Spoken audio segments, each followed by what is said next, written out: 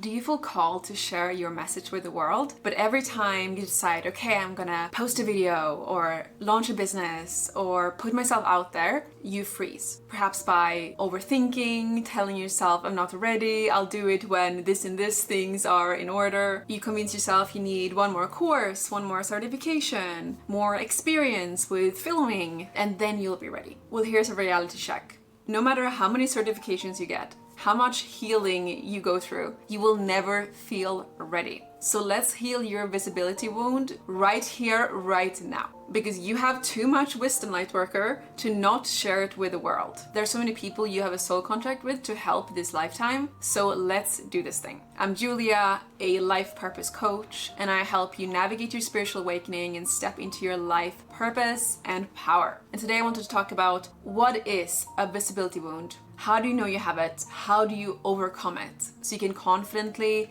share your gifts with the world and make an impact. And the reason I can talk about it is because I have overcome it. I went from being the most shy girl at school to being a full-time content creator with over 100,000 subscribers. So if I can do it, you can too. So first of all, what is actually a visibility wound? A visibility wound is the fear of fully being seen. It's the fear of expressing who you really are because somewhere inside you believe that being seen is unsafe. And this can show up in so many different ways. Maybe you want to start a YouTube channel, but you keep delaying it. You write social media posts and never publish them. You constantly compare yourself to others. I'm super guilty of this. You worry about what your family, friends, coworkers, or strangers might think. You hide your spiritual gifts, downplay your dreams. And it might look like procrastination, but usually what is underneath there is fear. And an interesting pattern is that, what I've noticed at least, is that it's mostly spiritual people that deal with this. Of course, this can happen to anybody, but I think especially spiritual people struggle with this. And my theory is because we are very sensitive. We can feel the energy of others. We deeply care about helping other people. And this is why criticism can feel especially intense. Even a single negative comment can feel overwhelming. I remember when I got my first hate email, and to me that was terrifying. But now I'm used to it. There's gonna be hate comments, hate emails. Like, if you have something important to say, there is going to be hate. We live in a world of duality. If you don't get any hate ever as a creator, you're doing something wrong. You're being way too vanilla. You're not speaking your truth. So literally celebrate when you get your first hate comment. And because criticism feels so overwhelming for us, we think, if I stay hidden, I stay safe. But unfortunately, it also prevents you from reaching the people who you're here to help. And it goes even deeper for spiritual people. You might have heard about the witch wound. It's possible that many lifetimes you've been a healer or classified as a witch. So you were burned at the stake, so you got tortured because you were against Christianity, the old Christianity at the time, which was very lucrative, right? You had to pay to get your sins forgiven. They didn't want anybody questioning that. So if you have lifetime after lifetime of getting tortured or killed for speaking your truth, standing in your light, sharing your spiritual wisdom, of course, this lifetime, you have PTSD. You're freaking scared to speak up. And some signs that this is you is that you might have thoughts like, what if people judge me?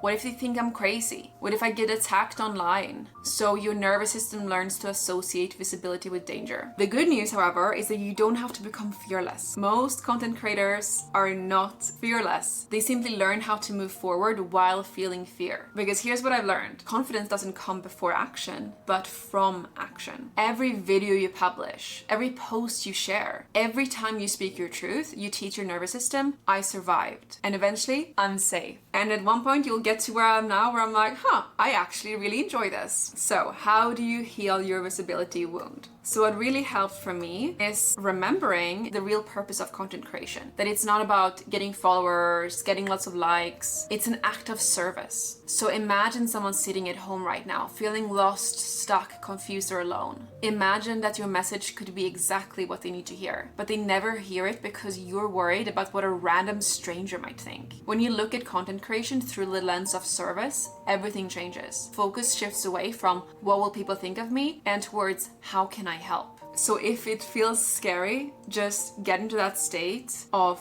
I'm here to serve. In my program, Nomad Freedom Academy, we teach you how to find your ideal avatar. This one person who has gone through things that you can help them with. Usually it's your old self, something that you struggled with in the past that you have now overcome. And if you want to learn more about the program and get more clear on what your niche would be and your purpose, then definitely book a free business clarity call. I've popped the link in the description. Here's another huge reframe that I had that helped heal my visibility wound, and that is that the world doesn't need more perfect people. And especially now with the rise of AI, people don't want perfection. In fact, they want the opposite. Like, tell me your struggles. Tell me what you're going through. Keep it authentic, right? People are craving real people. When I first started out, I felt like everything had to be perfect. Like full face of makeup, nice clothes, nice hair, amazing background, amazing script. Everything had to be perfect because I thought that is what people want. But then I just started taking messy action and just filmed anyways, even when I wasn't feeling 100%, even if I wasn't looking 100%. And I realized that people don't care. They care about the message that you have,